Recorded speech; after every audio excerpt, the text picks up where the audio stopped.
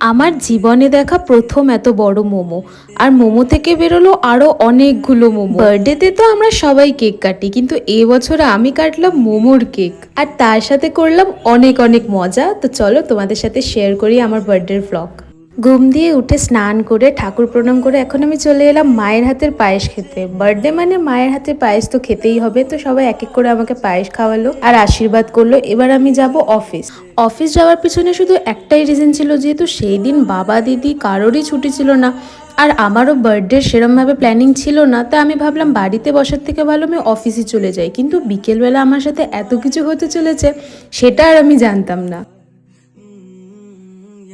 তো আমি তাড়াতাড়ি অফিস থেকে বাড়িও চলে আসি। এবার হয়ে নেবো আমি রেডি। এই ছিল আমার বার্থডে ড্রেস। এতদিনে তো তোমরা দেখেই নিলে আমার ফটো পোস্ট করাতে। এই ড্রেসটা আমার খুবই পছন্দের একটা ড্রেস, কিন্তু এই ড্রেসটা পরবো আমি কিছুক্ষণ পরে। তার আগে পরবো এই পিঙ্ক কালারের ড্রেসটা। দাঁড়াও, তার আগে পরে দেখাই ড্রেসটা। দেখো কত সুন্দর একটা ড্রেস, কিন্তু এই শীতে এমন ড্রেস পরে বেরোলে তো আমি বরফই হয়ে যাব। এই জন্য ওপর থেকে পরে নিলাম একটা ওভারকোট।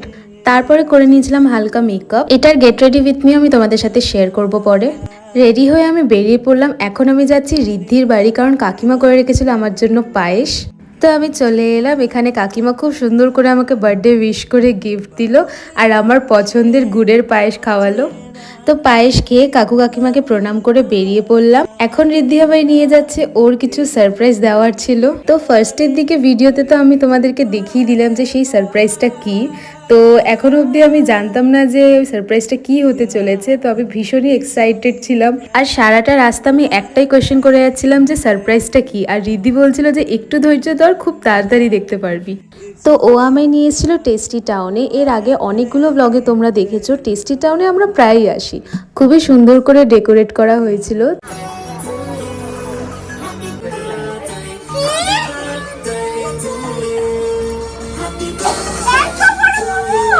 তো এই ছিল আমার সব থেকে বড় সারপ্রাইজ, যেটা আমি কোনোদিন ভাবতে পারিনি।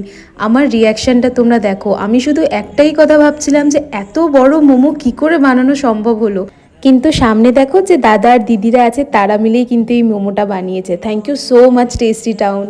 আচ্ছা চলো এবার তোমাদের সাথে শেয়ার করি এত বড় মোমো সারপ্রাইজ দেওয়ার পিছনে রিজনটা কি ছিল। ফার্স্টেই বলি, আমি কিন্তু মোমো খেতে ভীষণই ভালোবাসি, যেটাকে আমরা বলে থাকি মোমো লাভার। আর এটা ঋদ্ধি খুব ভালো করেই জানে। তো কিছুদিন আগে আমি ওকে ইয়ার্কির ছলে বলেছিলাম যে আমাকে কেক না দিয়ে মোমোর কেক কাটাতে। তো আমি সত্যি ভাবতে পারিনি যে ও এরকম কিছু একটা ওর মাথায় চলছে, আরও সত্যি মোমোর কেক নিয়ে চলে আসবে। আর এখানে আমি কনফিউজ হচ্ছিলাম যে আমি মোমোটা কাটবো কোথা থেকে, কারণ আমার কোনোভাবেই আইডিয়া ছিল না যে